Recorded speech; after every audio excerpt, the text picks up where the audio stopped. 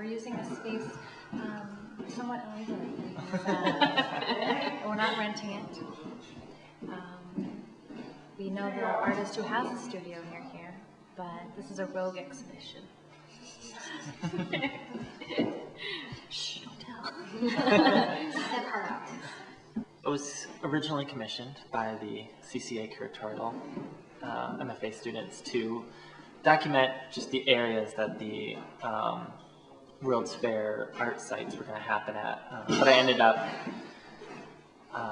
going much further than those sites and really enjoyed the photographs that I photographed.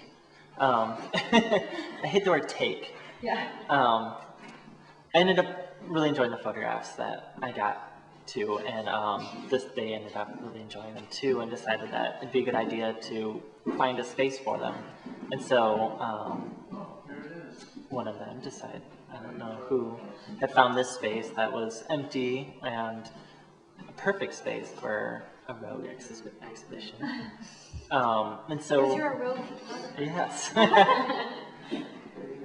So we hung the show, and it's turning nice. Oh, nice.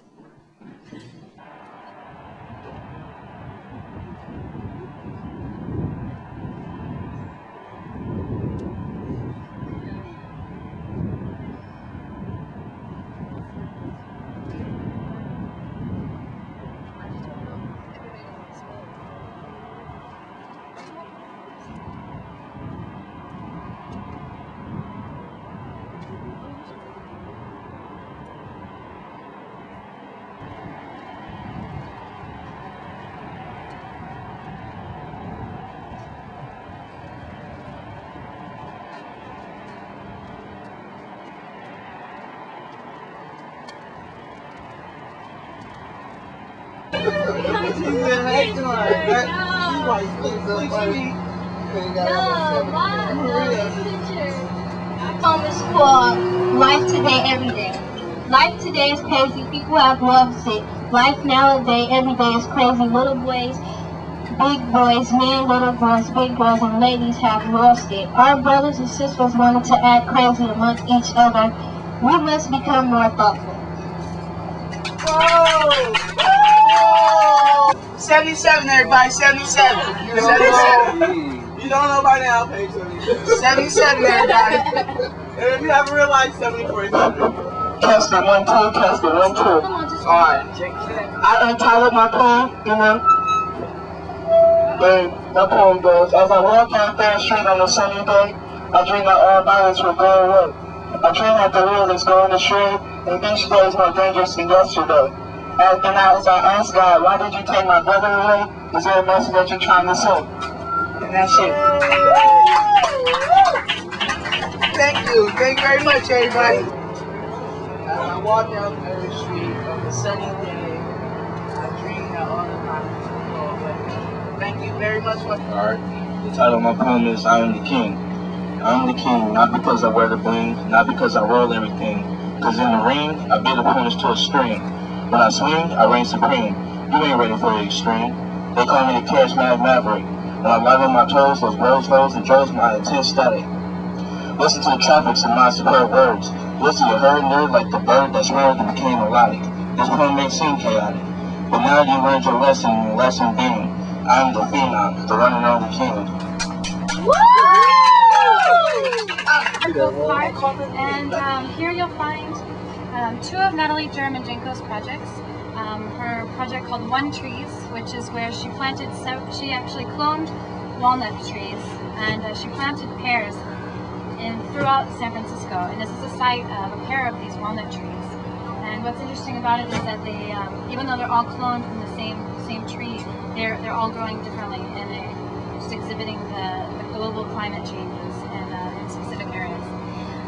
She's going to be introducing her project Clear Skies bike masks, which you can talk to her about it. She's on site today, and these are bike masks. They're masks that you can wear as you ride your bike, and they measure air pollution.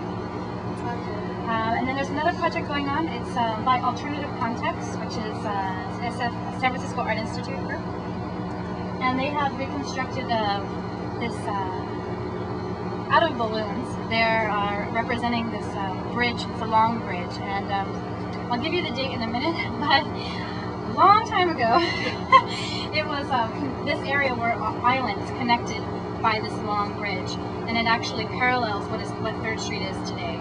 So I believe they're on site, and you can talk to them about it some more.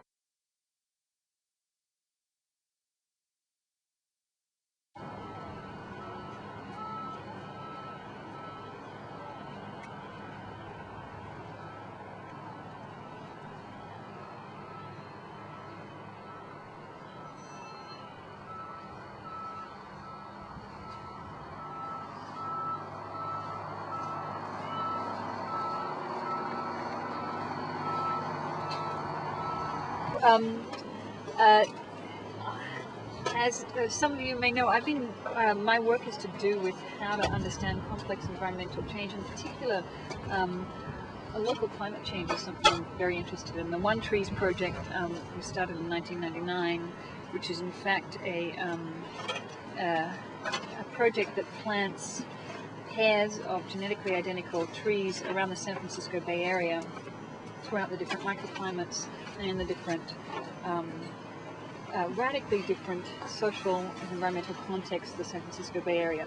This is the map for bikes and birds, the One Trees map for bikes and birds, that shows all of the sites of the One Trees instrument. I call it a distributed biomonitoring instrument.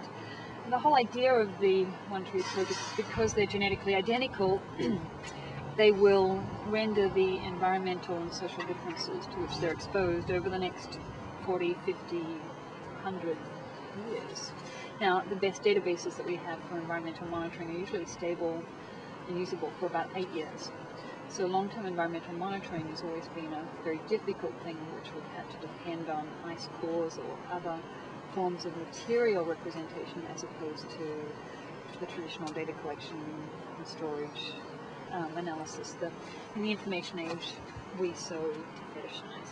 But what I'd invite you to do is introduce you to this lovely pair, look at the differences between these two.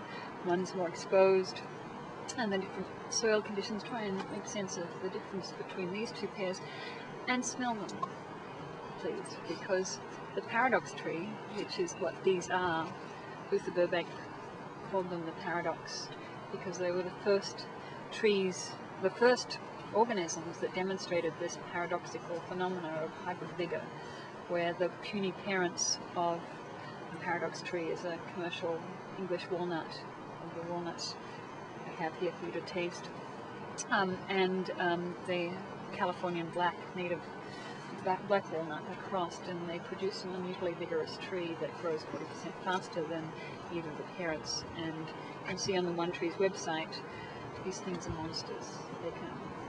They grow extraordinarily. So they smell incredible. So please rub the leaves just to get a sense of the delicate chemistry involved in this